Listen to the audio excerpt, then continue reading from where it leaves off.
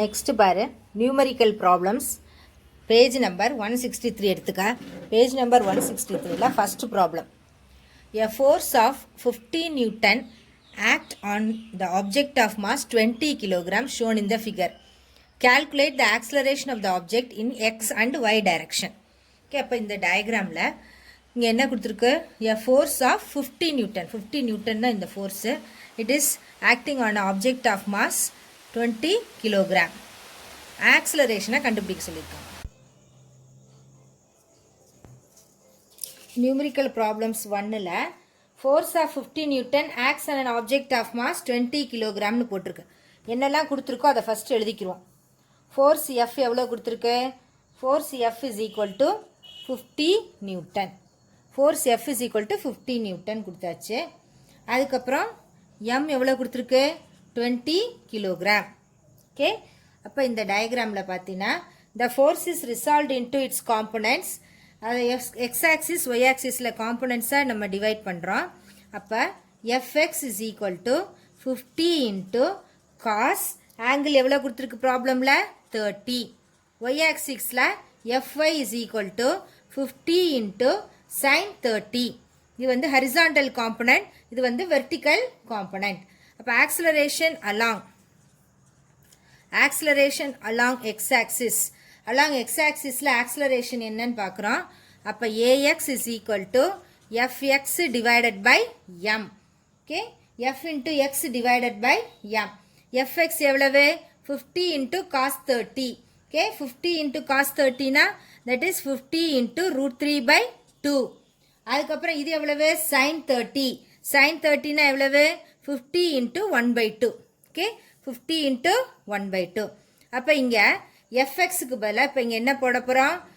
ax is equal to fx is equal to 50 into root 3 divided by 2. Mass எவ்வளவு கொடுத்திருக்கு? Mass is 20 kg. அதால divide பண்றோம். Okay, அப்போ divide பண்ணிட்டா நமக்கு என்ன கிடைக்குதுன்னு பாரு. 50 in divided by 2 25 ன்னு வரும். 25 divided by 20. root 3 ஓட வேல்யூ 1.732. ஓகே, அப்போ 1.732. அப்போ இது எவ்வளவு வரும்? 25 into 1.732 divided by 20. இதெல்லாம் டிவைட் பண்ணினா உனக்கு எவ்வளவு கிடைக்குது? that is equal to 2.165 meter per second squared. இது எதுல? along x axis. அடுத்து along y axis. y axis என்ன? fx divided by m. fx என்னன்னு சொல்லிட்டோம்? 50 into 1 by 2 divided by 20. அப்போ divided by 20 னா என்ன வந்துரும்? 25 by 20 1.25 meter per second squared. Okay, அப்போ first subdivisionல what is the calculate the acceleration of the object along x and y axis ன்னு கேட்டிருக்காங்க.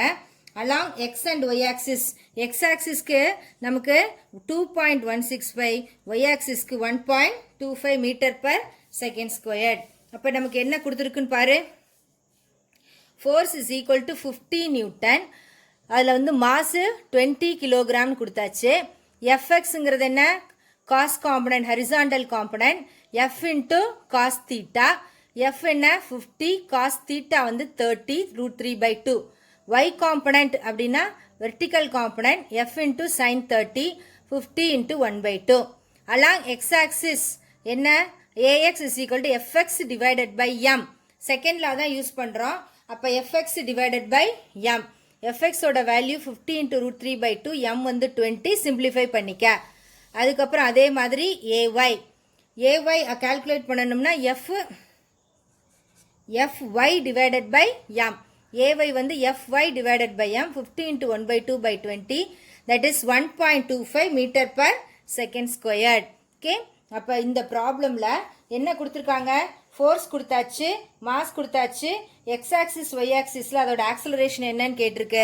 Along X ஆக்சிஸ்னா ஹரிசாண்டல் காம்பனன்ட், ஒய் ஆக்சிஸ்னா vertical component. அதோட காம்பனன்ட்ஸை சப்ஸ்டியூட் பண்ணி சிம்பிளிஃபை பண்ணி வச்சுக்கோ. நியூட்டன் செகண்ட்ல தான் இங்கே அப்ளை பண்ணியிருக்கோம். F is equal to M A. அப்போ ஏஎக்ஸ்னா எஃப்எக்ஸ் பை எம், ஏஒய்னா எஃப்ஒய் டிவைடட் பை எம். ஃபோர்ஸை கால்குலேட் பண்ணிட்டு அதுல இருந்து நமக்கு இதை சிம்பிளிஃபை பண்ண வேண்டியதுதான்.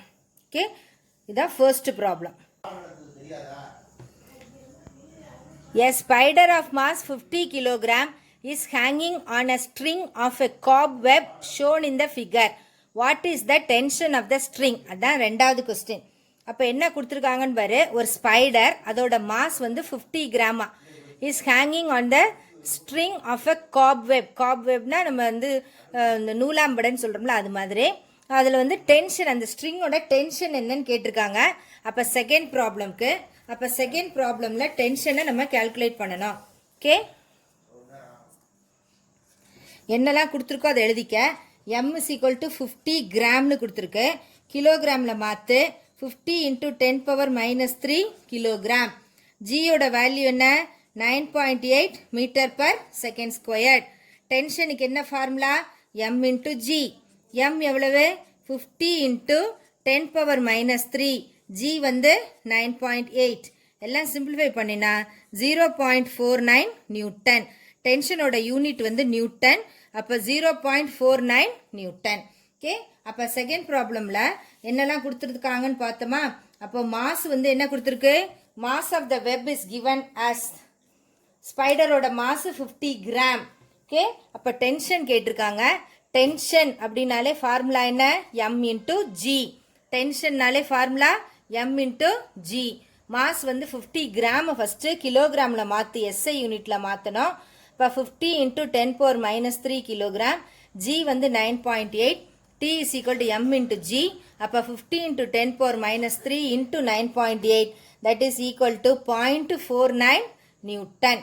ஓகே, அப்போ இதை பார்த்துக்க. செகண்ட் ப்ராப்ளம் இது. அடுத்து தேர்ட் ப்ராப்ளம்க்கு போவோம். யூனிட் வந்து ஃபோர்ஸு டென்ஷன் எல்லாத்துக்குமே ஒரே யூனிட் தான், நியூட்டன். நெக்ஸ்ட் ப்ராப்ளம் பாரு. The physics books are stacked on each other in a sequence of +1 volume 1 and 2. அதுக்கப்புறம் +2 volume 1 and 2. +1ல வால்யூம் 1 and 2 வைக்கிறாங்க. அதுக்கப்புறம் +2ல வால்யூம் 1 and 2 வரிசையாக வச்சாச்சு. ஓகே, +1ல வால்யூம் 1 and 2, +2ல வால்யூம் 1 and 2 வச்சாச்சு. Identify the forces acting on each and also draw the இது டயக்ராம், ஃப்ரீ பாடி டயக்ராம் வரைய சொல்லியிருக்காங்க. அந்த ஃப்ரீ பாடி டயக்ராமில் என்னெல்லாம் ஃபோர்ஸ் இருக்குன்னு பார்க்க போகிறோம். ஓகே, இப்போ 4 புக்கை நம்ம வரிசையாக வச்சாச்சு. 4 புக்கை எப்படி வச்சுருக்கான்? +1 வால்யூம் 1 and 2, +2 வால்யூம் 1 and 2. அப்போ +1 வால்யூம் 1 and 2 வந்து எப்படி இருக்குது? கீழே இருக்குது. அதுக்கு மேலே +2ஓட வால்யூம் 1 and 2. அப்போ ஃபோர்ஸஸ் ஆக்டிங் ஆன் 4 புக்ஸ். 4 புக்கில் என்னெல்லாம் ஃபோர்ஸ் ஆக்ட் பண்ணுதுன்னு பார்க்கணும் நம்ம. ஓகே, அதான் இப்போ நம்ம பார்க்க போகிறோம். இது வந்து ப்ராப்ளம் நம்பர் 4. இப்போ ப்ராப்ளம் நம்பர் 4. ஓகே, அப்போ இந்த மாதிரி ஒரு டேபிள்.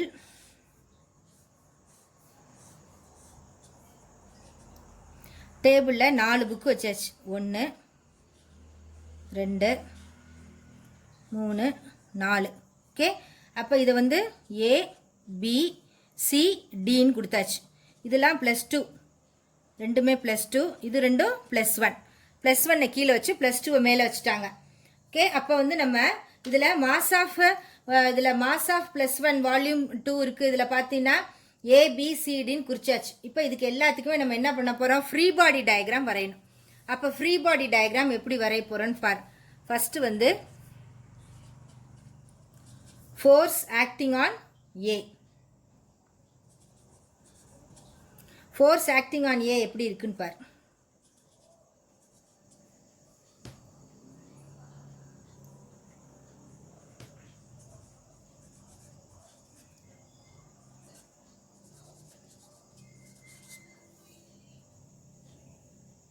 ஓகே, அப்போ +2ஓட வால்யூம் 1. இது வந்து ஏ அப்படிங்கிறது என்ன?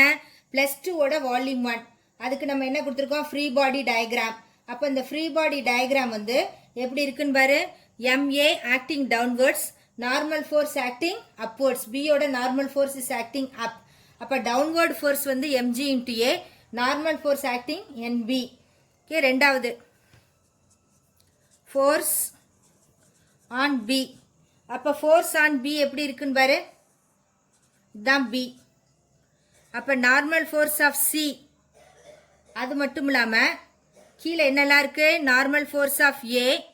அது மட்டும் இல்லாமல் MB இன்ட்டு ஜி. இந்த பிக்கு பார்த்தீங்கன்னா இதனுடைய mg இருக்கு, நார்மல் ஃபோர்ஸ் ஆக்டிங் டவுன், சியோட நார்மல் ஃபோர்ஸ் ஆக்டிங் அப். மூணாவது force on C. Force on C எப்படி இதே மாதிரி தான் வரையணும். சி இது normal force acting on D, இது normal force acting of B, இது வந்து மாஸ் m இன்ட்டு ஜி சிங்கிறனால. ஓகே, அதே மாதிரி அடுத்து டி. ஓகே, டிக்கு அதே மாதிரி வரைய வேண்டிதான். ஃபோர்ஸ் ஆன் டி எப்படி வரைவா?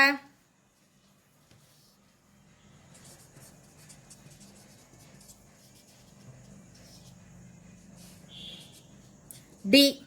அப்ப டி அப்படிங்கும்போது பார்த்தீங்கன்னா இங்க என்ன இருக்கு? நார்மல் ஃபோர்ஸ் கடைசியில் இருக்கு. அப்ப ஆக்ட் பண்றது டேபிள் மட்டும்தான். சி இது வந்து md இன்ட்டு ஜி.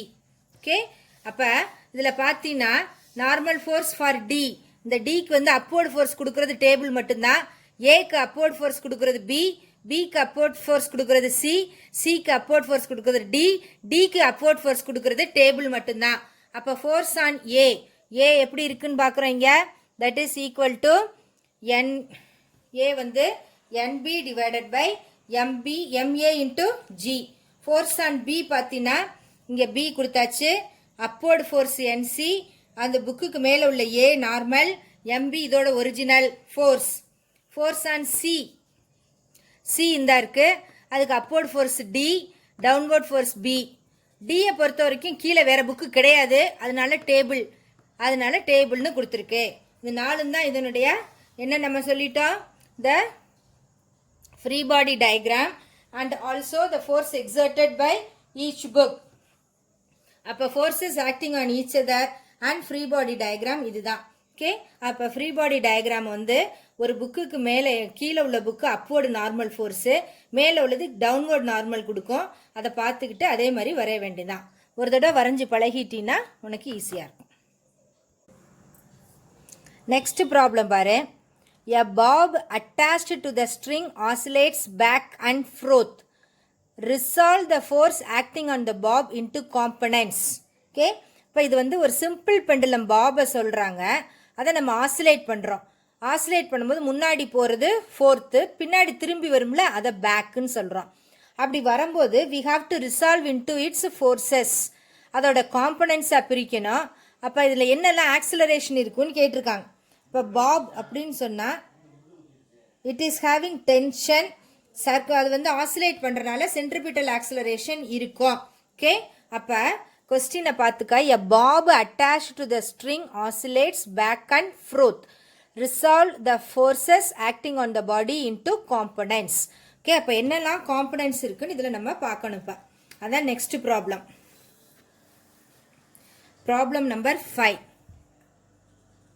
என்னெல்லாம் கொடுத்துருக்குன்னு பார். இதில் வந்து ஒரு சிம்பிள் பெண்டலம் தான் இங்கே சொல்கிறாங்க. அப்போ சிம்பிள் பெண்டலம் இப்படி இருக்கு, இதுதான் பாப். ஓகே, அப்போ இந்த பாப் வந்து ஏங்கிற பொசிஷனில் இருக்கு, லென்த் எல்லுன்னு எடுத்துக்கிறோம், இந்த பாயிண்ட்டை ஓன்னு வச்சுக்கிட்டோம். ஆசிலேட் ஆகுது, அப்போ ஆசிலேட் ஆகி இங்கே வருதுன்னு வச்சுக்கிறோம். இங்கே வந்துருச்சு. அப்போ இங்கே உள்ள position B. The tension of the string is acting up. அப்போ இதோட force of gravity is acting down. அப்போ இதோட straight line வரைகிறோம், இதுதான் angle theta. அதனால இது mg cos theta. இந்த காம்பனன்ட் என்னவா இருக்கும்? mg sin theta. ஓகே, இது mg cos theta, mg sin theta. இந்த டோட்டல் டிஸ்டன்ஸ் டிராவர்ஸ்டு வந்து எக்ஸ்ன்னு வச்சுக்கிறோம். ஓகே, அப்போ இது வந்து தீட்டா, இதுவும் தீட்டா. இந்த ஸ்ட்ரெயிட் லைனாக இருக்கிறது எம்ஜி காஸ் தீட்டா, இது தீட்டா, இது M G sine theta. Let M be the mass of the bob. Okay, அப்போ tension is acting there. It is resolved into its components M G cos theta, M G sine theta. அப்போ அதுக்கு ரெண்டு acceleration இருக்கு. ஒன்று வந்து tangential acceleration. Tangential acceleration. அப்ப tangential acceleration அப்படின்னு சொன்னா acceleration-னால என்ன formula? F divided by m. Force is equal to F is equal to ma தான். அதனால A is equal to F by m. Okay? அப்ப along the tangent உள்ள component என்னது? mg sin theta. divided by m. That is equal to g sin theta. Tangentல தான் இது உள்ள போகுது, tangential acceleration. அடுத்த acceleration வந்து centripetal acceleration. Centripetal acceleration na it is acting towards the center. அப்ப centripetal accelerationல இங்க tensionக்கும் mg cos thetaவும் opposite in directionஆ இருக்கு. அதனால t minus mg cos theta தான் force divided by m. அப்ப centripetal accelerationக்கு இங்க வந்து ஒரே ஒரு single movementஆ இருக்கறனால mg sin theta ன்னு கொடுத்துட்டோம். Centripetal acceleration means acting towards the center. Tensionம் mg cos thetaவும் oppositeஆ இருக்கு. அதனால t minus mg cos theta தான் centripetal acceleration கொடுக்குது. அப்ப centripetal acceleration is equal to t minus mg cos theta divided by m. Okay? அப்ப இந்த ப்ராப்ளம்ல a simple pendulum is oscillating back and forth ன்னு கொடுத்தாச்சு. What are the components acting ன்னு கேட்டிருக்கு. அப்ப components-ஆ நம்ம பிரிக்கிறோம். அப்ப தீட்டாக்கு எங்க இருக்கோ அதுதான் நமக்கு horizontal component mg cos theta. அது எதுக்கு ஈக்குவலா இருக்கு? டென்ஷனுக்கு ஈக்குவலா இருக்கு. அதனுடைய ரிசல்டன்ட் தான் நமக்கு சென்ட்ரிபிட்டல் ஃபோர்ஸ். ஓகே, அதனால சென்ட்ரிபிட்டல் ஆக்சிலரேஷனை கால்குலேட் பண்ணும்போது டென்ஷன் டீயும் எம்ஜி காஸ் தீட்டாவும் ஆப்போசிட்டா இருக்கனால நம்ம சப்ட்ராக்ட் பண்ணணும். அதுக்கப்புறம் பார்த்தீங்கன்னா tangential acceleration along the tangent MG sine theta, அதனால எம்ஜி சைன் தீட்டான்னு போட்டாச்சு. Tangential acceleration is equal to MG sine theta divided by M. m cancel ஆயிடுச்சு, g sin தீட்டான்னு போட்டாச்சு. சென்ட்ரிபிட்டல் ஆக்சிலரேஷன்ங்கிறது என்னது? t minus mg cos theta divided by m. இதுதான். அப்போ ப்ராப்ளமை புரிஞ்சுக்கணும். புரிஞ்சிட்டு நீ ஒர்க் அவுட் பண்ணிடலாம். ஃபர்ஸ்ட் டயக்ராமை கரெக்டாக வரைஞ்சி ஆரோ மார்க் மட்டும் போடுற டெக்னிக்கை கற்றுக்கிட்டீங்கன்னா எல்லாமே இந்த free body diagrams will be very very easier. Okay, எல்லாமே 3 மார்க் கொஸ்டின்ஸில் உனக்கு இது கேட்பாங்க. இப்போ இது எல்லாமே ஒர்க் அவுட் பண்ணி பார்க்கணும். நோட் புக் போட்டு எல்லாரும் இதை எழுதி வச்சுக்கணும். Problem number 6. 2 masses m1 and m2 are connected with a string passing over a frictionless pulley fixed at the corner of the table. அப்போ கார்னர் ஆஃப் த டேபிளில் ஒரு சின்ன புள்ளியை வச்சாச்சு. 2 மாஸை அதில் கனெக்ட் பண்ணிட்டாங்க. Coefficient of static friction of mass m1 with the table mu sன்னு கொடுத்தாச்சு. அதுக்கப்புறம் calculate என்ன கொடுத்துருக்கு? mu s. Calculate the minimum mass m3 that may be placed on m1 to prevent it from sliding. அப்போ m1 m2 மாஸில் பார்த்தீங்கன்னா m1 வந்து ஒரு மாசு, m2 ஒரு மாஸ். அப்போ இந்த மாசஸில் வந்து மேலே ஒரு மாசை வைக்கிறோம். டு ப்ரிவென்ட் ஸ்லைடிங்னா ஸ்லைட் ஆகாமல் அப்படியே நிற்கணுமா. அப்போ என்ன ஆகும்? இப்போ இந்த m2ங்கிற m3ங்கிற மாஸ் வந்து it should be balancing so that it is not sliding. ஸ்லைடிங்னா மூவ் ஆகாமல் நிற்கணும். ஓகே, அப்போ மூவ் ஆகாமல் நிற்கணும் அப்படின்னா ஃபஸ்ட்டு டென்ஷனை கண்டுபிடிக்கணும். அதுக்கப்புறம் ஃபோர்ஸ் என்னன்னு பார்க்கணும். இது ரெண்டும் ஈக்குவேட் பண்ணிட்டு தான் நம்ம m3யோட வேல்யூவை கொடுத்து ஸ்லைட் ஆகுமா ஆகாதான்னு செக்அப் பண்ணணும். ஓகே, என்ன சொல்லியிருக்காங்க? m1 m2 புள்ளியில் இருக்கிறதுனால ஆட்டோமேட்டிக்காக m2 வந்து கீழே இறக்கும் போது m1 அப்படியே ஸ்லைட் ஆகிடும். m1 வந்து 15 கிலோகிராமு, m2 வந்து 10 கிலோகிராம் தான். அப்போ அது வந்து ஸ்லைட் ஆகுமா ஆகாதா? 25 கிலோகிராம் மேலே வைக்கும்போது கம்பைன்டு மாஸில் அது ஸ்லைட் ஆக முடியுமா முடியாதான்னு கேட்டிருக்காங்க. ஓகே, அப்போ டோட்டல் மாஸ் எவ்வளோ இருந்தால் ஸ்லைட் ஆகும், எவ்வளோ இருந்தால் ஸ்லைட் ஆகாதுங்கிறத கால்குலேட் பண்ணிவிட்டு அந்த மாசுக்குள்ளே இது வருதா அப்படின்னு நம்ம பார்க்க போகிறோம். ஓகே, அப்போ என்னெல்லாம் கொடுத்துருக்கோ அதை முதல்ல எழுதிக்குவோம். Problem number 6. 6ல் கிவன் என்னெல்லாம் கொடுத்துருக்கு? m1 இஸ் ஈக்குவல் டு 15 கிலோகிராம்னு கொடுத்தாச்சு. m2 இஸ் ஈக்குவல் டு 10 கிலோகிராமா. m3 is equal to 25 kilogram. அடுத்து μs இஸ் ஈக்குவல் டு 0.2. μsக்கு யூனிட் கிடையாது, புரிஞ்சுக்கணும். ஓகே, அதுக்கப்புறம் இந்த மாதிரி ஒரு டேபிள் கொடுத்துருக்காங்க. இந்த டேபிளில் டயக்ராம் புக்கில் நீ நல்லா பார்த்துக்கோ. இந்த மாதிரி மாஸ் இருக்குது நமக்கு. அது மேலே இன்னொரு மாஸை வைக்கிறோம். இங்கே கொண்டு வந்துட்டா இங்கே நம்ம ஒரு புள்ளி கொடுத்தாச்சு. இப்படி வருது. இது m2, இது m1, இது m3. ஓகே, அப்போ இந்த இடத்துல ஒரு டென்ஷன் இருக்கும், டென்ஷன் T. அது என்ன இருக்கும்? m1 + m2 தான் இருக்கும். இந்த tension depends upon m1 plus m2. Okay, அது வந்து m1 plus m2 force is equal to என்னன்னு சொல்லிட்டோம், n இன்ட்டு மியூஎஸ். அப்போ m1 plus m3 into a into mu s. இதனுடைய டென்ஷன் எப்படி இருக்கு, T is equal to m2 into a. Okay, அப்போ இதோட டென்ஷனை கண்டுபிடிச்சாச்சு, இதோட டென்ஷனை கண்டுபிடிச்சாச்சு. இதை T1 வச்சுக்கோ, இதை T2 வச்சுக்கோ. அப்போ T1 என்னன்னு சொல்லிட்டோம், T1 is equal to m1 plus m3 into a into mu s.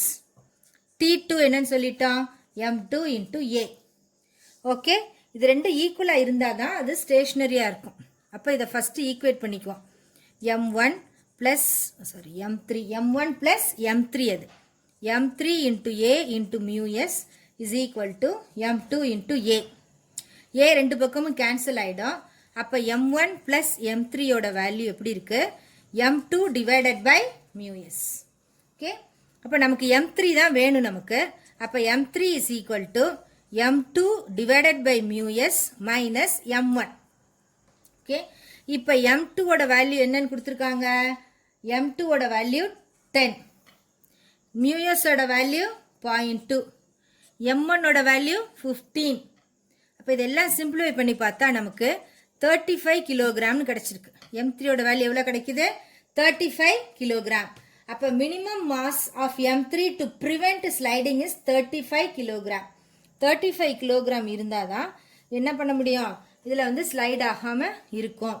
ஆனால் இங்கே மாஸ் நமக்கு எவ்வளோ கொடுத்துருக்கு, 25 கிலோகிராம்னு கொடுத்துருக்கனால இட் வில் ஸ்லைட். ஓகே, அப்போ m3 is less than 35 kilogram.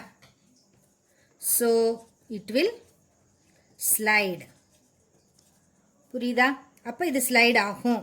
இப்போ நமக்கு என்ன கொடுத்துருக்குன்னு பாரு, இங்கே m1 m3. அப்போ tension is equal to n into mu S. n என்ன, ma. m1 plus m3 into a into mu s. இங்கே வந்து m2 into a. இது ரெண்டையும் ஈக்குவேட் பண்ணுறோம். ஈக்குவேட் பண்ணும்போது என்ன கிடைக்குது உனக்கு, m1 plus m3 into a into mu s கிடைச்சாச்சு. m3க்கு நமக்கு ஒரு வேல்யூ கண்டுபிடிக்க போகிறோம். அப்போ m3க்கு ஒரு ஃபார்முலா கொண்டு வந்தாச்சு. கொடுத்துருக்க வேல்யூ வச்சு m3 வந்து 35 கிலோகிராம்னு கிடைச்சிருக்கு. 35 கிலோகிராமுக்கு லெஸ்ஸராக என்ன மாஸ் கொடுத்தாலும் it will slide. If the mass of m3 is greater than 35 இருந்தால் it will not slide. The combined mass of m1 plus m3 will slide because நமக்கு இங்கே m3 ஓட வேல்யூ 25 கொடுத்துருக்காங்க. It can withstand up to 35 kilogram. Okay, அதனால it will slide அப்படின்னு புரிஞ்சுக்கணும். இந்த படத்தை பார்த்துக்கோ, ஈக்குவேஷனை கொஞ்சம் நம்மளை ஃப்ரேம் பண்ணி போட்டால் ஈஸியாக இருக்கும். கொஸ்டின் நம்பர் 3 பாரு, what is the reading shown in the spring பேலன்ஸ்னு கேட்டிருக்காங்க. அப்போ இந்த ஸ்ப்ரிங் பேலன்ஸ் நடுவில் இருக்குது. இந்த பக்கம் புள்ளியில் ஒரு 4 கிலோகிராம், ரைட் சைடு புள்ளியில் ஒரு 4 கிலோகிராம், ரெண்டு சைடும் 4 கிலோகிராம் இருக்கு. அப்போ ரெண்டு சைடுமே மாஸ் ஈக்குவலாக இருக்குது. ஓகே, மாஸ் போத் சைட்ஸ் ஈக்குவலாக இருக்கிறதுனால ரெண்டுமே சேம் ஹைட்டில் இருக்குது. That means tension on both the sides is equal. Tension ஈக்குவலாக இருந்துச்சுனாலே உனக்கு ரீடிங்கே காட்டாது. ரெண்டு பக்கமும் ஈக்குவலாக இருந்துச்சுன்னா ஸ்ப்ரிங் பேலன்ஸு சென்டரில் 0 தான் காட்டும், ரீடிங்ஸு அதில் காட்டாது. ரெண்டாவது பார்த்தீங்கன்னா இந்த ஸ்ப்ரிங் வந்து ஒரு ஸ்லைடிங்கில் கொண்டு வராங்க. அப்போ force F is equal to mg. இதில் வந்து F வந்து மூவ் ஆகிற டைரக்ஷனை பாரு. F is equal to mg sin theta. அப்போ எம்மோட வேல்யூ, ஜியோட வேல்யூ, தீட்டாவோட வேல்யூலாம் சப்ஸ்டியூட் பண்ணி செகண்டுக்கு கால்குலேட் பண்ணணும். ஓகே, அப்போ இது ரெண்டுலேயும் பார்த்தீங்கன்னா ஃபஸ்ட்டு வந்து ரெண்டு பக்கமும் மாஸ் ஈக்குவலாக இருக்குது. மாஸ் ஈக்குவலாக இருக்கனால டென்ஷன் ஈக்குவலாக இருக்கும். அதனால டென்ஷன் எந்த பக்கம் கிரேட்டராக இருக்குது அப்படின்லாம் நம்ம பார்க்க முடியாது. போத் சைட்ஸ் ஈக்குவல், ஹைட்டும் பார்த்தீங்கன்னா சேமாக இருக்குது. ஓகே, அதனால் இதில் வந்து நமக்கு கேல்குலேஷன்ஸு ஃபஸ்ட்டுக்கு கிடையாது, செகண்டுக்கு மட்டும்தான் இருக்குது. அப்போ ஃபஸ்ட்டு ப்ராப்ளமில் பார்த்தீங்கன்னா ப்ராப்ளம் நம்பர் 3. ப்ராப்ளம் நம்பர் 3ல பாரு, mass on both sides is equal. m1 is equal to m2 is equal to என்ன கொடுத்துருக்கு, 4 கிலோகிராம்னு கொடுத்தாச்சு. அப்போ tension T1 will be equal to T2. அதனால ரீடிங் வந்து 0. ரீடிங் அண்ட் த ஸ்ப்ரிங் எப்படியா இருக்கும்? ஜீரோவாக இருக்கும். முடிஞ்சா? இது வந்து ஏ சப்டிவிஷன். அடுத்து பி சப்டிவிஷனில் பார்த்தீங்கன்னா F is equal to MG sine theta. F is equal to MG sine theta. இப்போ 2 இன்ட்டு 9.8 இன்ட்டு தீட்டா என்ன? 30 டிகிரிஸ். அப்போ சைன் 30. இப்போ 2 இன்ட்டு 9.8 இன்ட்டு சைன் 30னா 1/2. இப்போ சைன் 30 1/2னா இது கேன்சல் ஆகிடும். 9.8 நியூட்டன். அப்போ ரீடிங் அந்த ஸ்ப்ரிங் எப்படி இருக்கு? Force 9.8 Newton. அதனால ரீடிங் என்னவா இருக்கும்? இதில் ரீடிங்கும் 9.8 நியூட்டனாக இருக்கும். ஓகே, அப்போ force F is equal to MG sine theta. M வந்து 2, ஜி வந்து 9.8, தீட்டா வந்து 30. அப்போ சைன் 30 கொடுக்கணும்.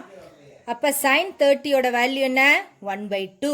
இப்போ 2 இன்ட்டு 9.8 இன்ட்டு 1/2. 2ம் 2ம் கேன்சல் ஆயிடுச்சு. அப்போ 9.8 நியூட்டன். ஓகே, அப்போ ஃபஸ்ட்டு ப்ராப்ளமில் 2 மாதம் ஈக்குவலாக இருக்கனால டென்ஷன் ஈக்குவல், அதனால ரீடிங் 0. செகண்டில் எம்ஜி சைன் தீட்டான்னு போடுறோம். M into 9.8 into sine 30. அதனால சைன் 30யோட வேல்யூ 1/2. அதனால force is equal to 9.8 Newton. Okay, அப்போ இதை பார்த்துக்கணும். இது வந்து ஹரிசாண்டல் காம்பனண்ட்டா வெர்டிக்கல் காம்பனண்ட்டான்னு பார்த்து சப்ஸ்டியூட் பண்ணணும். வெரி சிம்பிள் ப்ராப்ளம் தான். Okay, we are going to see about some examples for centripetal force. அப்போ இந்த centripetal forceோட மெயின் எக்ஸாம்பிள் வந்து வெஹிக்கிள் வந்து லெவல் சர்க்குலர் லோடு. லெவல்டு அப்படின்னா பேங்கிங் இல்லாமல் லெவல் சாதாரண ஒரு சர்க்குலர் ரோடில் ஒரு வெஹிக்கிள் போகும்போது அதில் இருக்க ஃபோர்ஸஸாக நம்ம பார்க்க போகிறோம். இப்போ சர்க்குலர்னு சொல்லிட்டாலே it is having centripetal force. அப்போ அந்த சென்ட்ரிபிட்டல் ஃபோர்ஸை எந்த காராக இருந்தாலும் வெஹிக்கிளாக இருந்தாலும் centripetal force is provided by the frictional force between the tyre and the surface of the road. டயருக்கும் ரோடுக்கும் இடையில உள்ள ஃப்ரிக்ஷன் தான் provides the necessary centripetal force. அப்போ இந்த ஃபோர்ஸஸ்லாம் என்னெல்லாம் இருக்குன்னு பாரு. ஒரு காராக இருந்தால் it is having a gravitational force which is acting downwards. Gravitational ஃபோர்ஸ்னால் எம் இன்ட்டு ஜி. அதுக்கு ஆப்போசிட்டாக normal force is acting upwards. And frictional force will be acting horizontally inwards along the road. Inwards சர்க்கிள்னு சொல்லிட்டோம். அப்போ சர்க்கிளோட இன்வர்ட்ஸில் தான் இந்த frictional force act பண்ணுது. இப்போ 3 ஃபோர்ஸஸ் ஆக்டிங் என்னெல்லாம்? Gravitational force MG acting downwards, normal force N acting upwards, and frictional force acting inwards along the road. அதை பார்க்கணும். அப்போ நமக்கு வந்து இது 3 தான். இப்போ சப்போஸ் இதில் நீ பார்த்தீங்கன்னா 2 கார் கொடுத்துருக்காங்க. ஒன்று வந்து ஸ்ட்ரெயிட் லைன், இன்னொன்று லெவல்டு சர்க்குலர் ரோடு. ரோடு வந்து சர்க்கிளாக இருக்குது, அந்த கார் வந்து அதில் வருது. லெவல்டு அப்படின்னு சொன்னால் என்னென்னா outer side of the road சில இடத்துல ரைஸ் ஆகி இன்னர் வந்து கொஞ்சம் பள்ளமாக இருக்கும். அதுக்கு பேர் பேங்கிங். அது பின்னாடி பார்க்க போகிறோம். இப்போது லெவல்டு சர்க்குலர் ரோடுனா அதில் பேங்கிங் இல்லாமல் சாதாரண ஒரு சர்க்குலர் ரோடு. அப்போ சாதாரண சர்க்குலர் ரோடில் நமக்கு கார் பார்த்தீங்கன்னா ஃபஸ்ட்டு ஸ்ட்ரெயிட் லைன் கார் கொடுத்துருக்காங்க. ரெண்டாவது கேர்டு பாத்னா வளைஞ்சு போகுது. வளைஞ்சு போகும்போது it is having a circular motion. Levelled circular road வந்து லெவலாக இருக்குது, அப்சைடு டவுன்வேர்டு கிடையாது. அப்போ சர்க்குலர் ரோடுன்னு சொல்லியாச்சு. அப்போ சென்ட்ரிபிட்டல் ஃபோர்ஸ் என்ன? mv²/r. அப்போ mv²/r தான் centripetal force. Suppose the road வந்து horizontal and then the normal force and the gravitational force exactly equal and opposite இருக்கும். அப்போ centripetal force is provided by the static friction between the tire and the surface of the road. அப்போ Fs அப்படின்னா static friction that is equal to mv²/r. mv²/r the centripetal force. நம்ம already static friction வந்து from 0 to maximum value இருக்குன்னு define பண்ணிட்டோம். Fs is less than or equal to μs into mgன்னு சொல்லியாச்சு. இதில் we are having 2 conditions. mv²/r வந்து lesser than μs into mgயாக இருக்கலாம், அல்லது μs can be greater than v²/rg. அப்போ v²/rg is lesser than μsன்னு கொடுத்தாச்சு. அப்போ அதிலிருந்து நம்ம என்ன பண்ண போகிறோம்? v calculate பண்ண போகிறோம். at what velocity the object should go, the car should go so that it is not skid ஆகாமல் ஒரு சர்க்குலர் பாத் எடுக்கணும்னா மினிமம் வெலாசிட்டி என்னன்னு calculate பண்ண போகிறோம். அதான் square root of μs into rg should be greater than v. இப்போ static friction வந்து நம்ம நெசசரி சென்ட்ரிபிட்டல் ஃபோர்ஸஸ் அப்ளை பண்ணணும். அப்போ coefficient of static friction between tyre and the surface determines the maximum speed. அப்போ mv²/r greater than μs into mg இருந்துச்சுன்னா v squared by rg வந்து மியூஎஸ்க்கு கிரேட்டராக இருந்தால் there will be skidding. Okay, static friction is not able to provide the necessary centripetal force. இப்போ என்ன ஆகும், car skid ஆகிடும். இப்போ இந்த கண்டிஷன் கரெக்டாக சாட்டிஸ்ஃபை ஆகலை அப்படின்னு சொன்னால் the car will undergo skidding. Okay, அப்போ ஸ்கிட்டிங் நடக்காமல் இருக்கணும் அப்படின்னு சொன்னால் என்ன இருக்கணும், v squared is equal to mu s should be lesser than v squared by rg. அப்போ mu s வந்து v squared by rgக்கு லெஸ்ஸராக இருந்தால் ஸ்கிட்டிங் நடக்கும். கிரேட்டராக இருந்துச்சுன்னா it will go smooth, அது வந்து டேர்ன் ஆகிடும், அதில் ஸ்கிட்டிங் நடக்காது. அப்போ கார் வந்து டேர்ன் ஆகணும்னா அது என்ன இருக்கணும், மியூஎஸ்னா என்னது, coefficient of static friction should be greater than V squared divided by R G. V ஸ்கொயர்னா என்ன, the velocity with which the car is moving, R வந்து அது எடுத்துக்கிற கேர்வோட radius, G acceleration due to gravity. Okay, இந்த very very important relation, mu S should be greater than V squared by R G to have a safe turn. Safe டேர்னை கீழே வந்து skid ஆகாமல் curve எடுத்து நீட்டாக போகிறதுக்கான condition. If mu S is less than V squared by R G, லெஸ்ஸராக வந்துருச்சுன்னா அது கொடுக்குற ஃப்ரிக்ஷனல் ஃபோர்ஸ் குறைஞ்சிடும், அதனால ஸ்கிட் ஆகி கார் கீழே விழுந்துடும். அப்போ it necessary centripetal force, centripetal ஃபோர்ஸுக்கு ஃப்ரிக்ஷனல் ஃபோர்ஸு நெசசரியாக இருக்குது, அது நமக்கு இருந்தால் தான் நமக்கு கிடைக்கும். ஓகே, இது ஒரு இம்பார்ட்டண்ட். நெக்ஸ்ட்டு ஒரு ப்ராப்ளம் கொடுத்துருக்காங்க. Consider a circular level road of radius 10 meter having coefficient of static friction. 3 cars போயிட்டுருக்கான், ஒவ்வொரு காருக்கும் ஸ்பீடு தனித்தனியாக கொடுத்துட்டாங்க. First car 7 metre per second, second 8, மூணாவது 10. Which car will skid when it moves the circular pathன்னு கொடுத்துருக்காங்க. அப்போ இந்த ஸ்பீடும் நமக்கு கொடுத்துருக்க கோஎஃபிஷியன்ட் ஆஃப் ஃப்ரிக்ஷன்லையும் கண்டிஷன் பார்க்கணும். அப்போ சேஃபாக இருக்கணும் அப்படின்னு சொன்னால் V should be lesser than or equal to square root of mu R G, that is mu S into R into G. அப்போ மியூஎஸ் இன்ட்டு ஆர் இன்ட்டு ஜிக்கு ஸ்கொயர் ரூட் எடுத்து முதல்ல வச்சுக்குவோம். அப்போ ஸ்கொயர் ரூட் ஆஃப் மியூஎஸ் ஆர்ஜியை calculate பண்ணிவிட்டு கொடுத்துருக்க 3 ஸ்பீடோடையும் கம்பேர் பண்ணணும். ஸ்கொயர் ரூட் ஆஃப் மியூஎஸோட வேல்யூ எவ்வளோ கொடுத்துருக்கு, 0.81. ஆர் ரேடியஸ் வந்து 10 மீட்டர், ஜி வந்து 9.8. Okay, v should be less than or equal to square root of mu s into r into g. அப்போ 0.81 into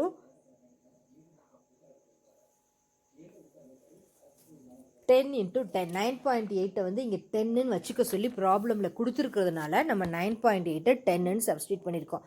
நம்மளாம் பண்ணக்கூடாது, ப்ராப்ளமில் யூ கேன் அப்ராக்சிமேட்னு கொடுத்தா தான் செய்யணும். அப்போ இதில் பார்த்தீங்கன்னா 9 மீட்டர் பர் செகண்ட். ஃபஸ்ட்டு காருக்கு வந்து 7, ரெண்டாவதுக்கு 8, மூணாவதுக்கு 10. ஓகே, அப்போ செகண்டில் வந்து second and third car A B and சியில் பார்த்தீங்கன்னா car A and B will have the safe turns. Okay, but the car சிக்கு தான் ஸ்பீடு 10 மீட்டர் பர் செகண்டாக இருக்குது, அது எக்ஸீட்ஸ் த சேஃப் லிமிட், அதனால car C will skid. 9 metre per செகண்டுக்குள்ளே velocity இருந்தால் ஸ்கிட் ஆகாது, ஸ்மூத்தாக ஒரு கேர்வ் எடுத்து போயிடும். அதுக்கு மேலே இருந்தால் தான் ஸ்கிட்டிங் ஆகும். அப்போ இந்த 3 காரோட ஸ்பீடில் எது 9க்கு மேலே இருக்குன்னு பார்க்கணும். கார் சி தான் 10 மீட்டர் பர் செகண்ட்னு கொடுத்துருக்காங்க, அதனால it will undergo skidding. Okay, அப்போ சேஃப்னா வெலாசிட்டியை கேல்குலேட் பண்ணிவிட்டு அதுக்கு கீழே இருக்கிற மாதிரி பார்த்துக்கணும். அதை விட கிரேட்டராக இருந்துச்சுன்னா இட் வில் அண்டர்கோ ஸ்கிட்டிங், மறந்துடக்கூடாது. ஓகே, அப்போ இது வந்து very simple problem. Mu S is equal to V squared by RG or V is less than or equal to square root of mu RG of an asked question. அடுத்து next நம்ம என்ன பார்க்க போகிறோம்னா, அப்போ இந்த லெவல்டு சர்க்குலர் லோடை விட banking of ட்ராக்ஸ்ன்னு கொடுக்குறாங்க. லெவல்டு சர்க்குலர் ரோடில் அடிக்கடி ஸ்கிட்டிங் நடக்கும், அதை அவாய்ட் பண்ணுறதுக்காக banking means outer edge of the road is bit raised than the inner edge. இந்த யூனிவர்சிட்டி கிட்ட போகும்போதெல்லாம் திரும்பின அந்த ரோடு பார்த்தீங்கன்னா தெரியும், அவுட்டர் ரோடு வந்து கொஞ்சம் உயரமாக இருக்கும் இன்னர் ரோடை விட, ஏன்னா அந்த இடத்துல கேர்வ் ஜாஸ்தியாக இருக்குது. அப்போ நமக்கு வந்து நெசசரி சென்ட்ரிபிட்டல் ஃபோர்ஸுக்கு வந்து ஃப்ரிக்ஷனல் ஃபோர்ஸ் அப்ளை பண்ணணும். ஸ்ட்ரெயிட் லைனாக இருந்துச்சுன்னா ஃப்ரிக்ஷனல் ஃபோர்ஸ் நல்லா கிடைக்காது, அதனால் இன்க்ளினேஷன் ஆங்கிள்லாம் இருக்கணும். அப்போ this introduces inclination and angle is called as angle of banking. Okay, outer side வந்து கொஞ்சம் உயரமாக இருக்கும் இன்னர் சைடை விட. ஓகே, அப்போ நமக்கு அந்த இடத்துல ஒரு கேர்வில் we are getting a banking. This banking outer edge of the road is slightly raised to avoid skidding. ஸ்கிட்டிங்கை அவாய்ட் பண்ணுறதுக்காக என்ன அவுட்டர் சைடை ரைஸ் பண்ணிடுவாங்க. ஆட்டோமேட்டிக்காக நமக்கு தேவையான ஃப்ரிக்ஷனல் ஃபோர்ஸ் நமக்கு கிடைச்சிடும். ஓகே, அப்போ இதில் பார்த்தீங்கன்னா சர்ஃபேஸ் ஆஃப் த ரோடு வந்து it makes an angle theta with horizontal. Normal force வந்து அதே ஆங்கிளில் தான் கொடுக்குது. அப்போ கார் வந்து டேர்ன் எடுக்கும்போது அதில் என்னெல்லாம் ஃபோர்ஸஸ் இருக்குதுன்னு நம்ம பார்க்க போகிறோம். ஆல்ரெடி நமக்கு தெரியும் ஒரு கார் அப்படின்னு சொன்னாலே it will be having gravitational force, normal force எல்லாமே இருக்கும். அதே தான் இங்கே பேங்கிங் ஆஃப் கர்வ்ஸ்லாம் இருக்குது. லெவல்டு சர்க்குலர் ரோடில் ஸ்கிட்டிங் அடிக்கடி நடக்கும். காரணம் என்னென்னா கோஎஃபிஷியன்ட் ஆஃப் ஃப்ரிக்ஷனை பொறுத்து மட்டும்தான் இருக்குது. அப்போ coefficient of friction depends on the nature of the surface. அப்போ சர்ஃபேஸ் வந்து ஒரு அளவுக்கு மேலே ஃப்ரிக்ஷனை கொடுக்க முடியாது. அப்போ இதை அவாய்ட் பண்ணுறதுக்காக அவுட்டர் எட்ஜ் ஆஃப் த ரோடை கொஞ்சம் ரேஸ் பண்ணுறோம் then the inner edge, and this is called as banking. அப்போ இந்த பேங்கிங் இருக்கனால நமக்கு ஆங்கிள் ஆஃப் இன்க்ளினேஷன் கிடைக்கிது. This angle is called as banking ஆங்கிள்னு சொல்கிறோம். That angle is called as banking angle. Okay, அப்போ இது வந்து பேங்கிங் ஆஃப் ட்ராக்ஸ் அப்படின்னா என்ன டெஃபினேஷன் அடிக்கடி கேட்பாங்க. ஒரு சின்ன டெரிவேஷன் தான் இது, உனக்கு அடிக்கடி எக்ஸாம்க்கு வரும், நல்லா படிச்சுக்கணும். Banking means the outer edge of the road is bit raised than the inner edge in order to avoid skidding. அதுதான் பேங்கிங். அப்போ இந்த காரில் என்னெல்லாம் ஃபோர்ஸஸ் இருக்குன்னு முதல்ல பாரு. Gravitational force mg which is acting downwards, normal force which is acting perpendicular. அப்போ நார்மல் ஃபோர்ஸை நம்ம ரிசால்வ் பண்ணுறோம் காம்பனன்ட்ஸாக. Cos theta sine theta component. அப்போ என் காஸ் தீட்டா அப்படின்னு பார்த்தீங்கன்னா அது எக்ஸாக்டாக ஈக்குவல் டு எம்ஜிக்கா இருக்குது. அதனால் N cos theta is equal to M G. N sine தீட்டாக்கு என்ன இருக்குது ஆப்போசிட்டாக எம்வி ஸ்கொயர்டு பை ஆர். அப்போ இந்த ரெண்டு ஈக்குவேஷனையும் நம்ம டிவைட் பண்ணுறோம். கேன்சல் ஆகிடுச்சு, என் கேன்சல் ஆகுது. Sine theta by cos theta tan theta. இதில் எம் கேன்சல் ஆகிடுச்சு, V squared by RJ.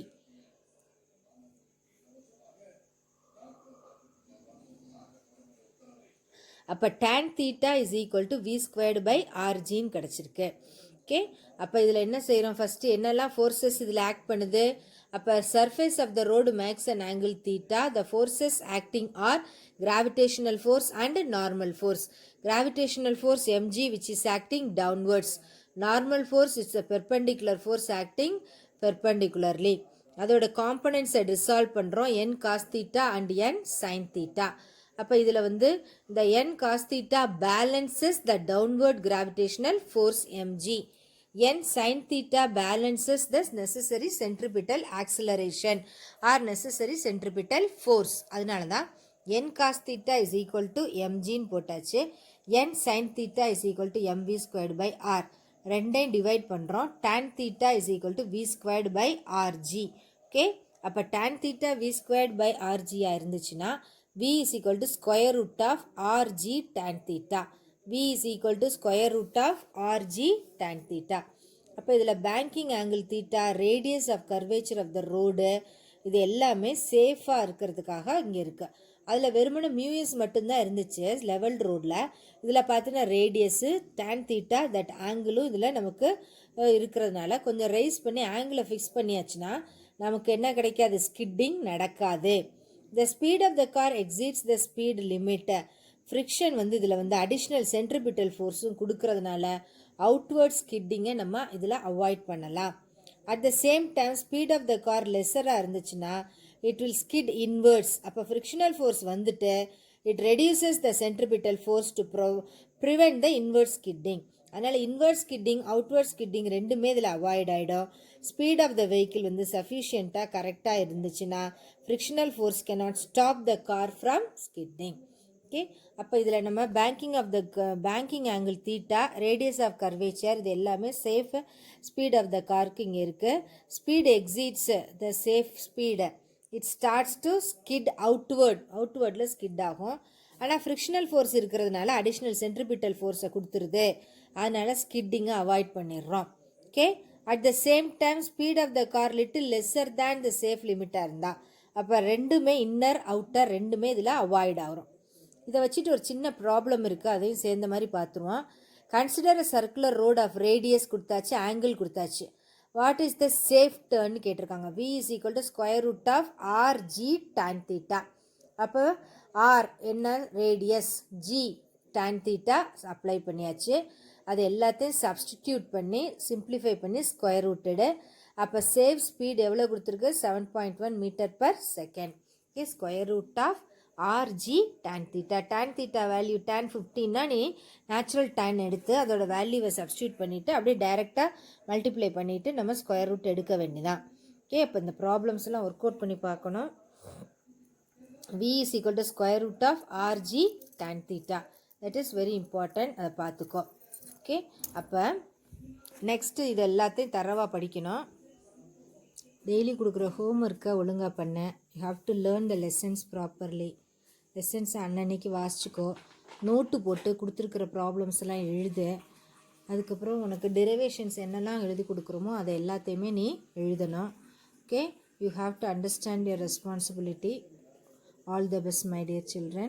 Do well. We will meet tomorrow.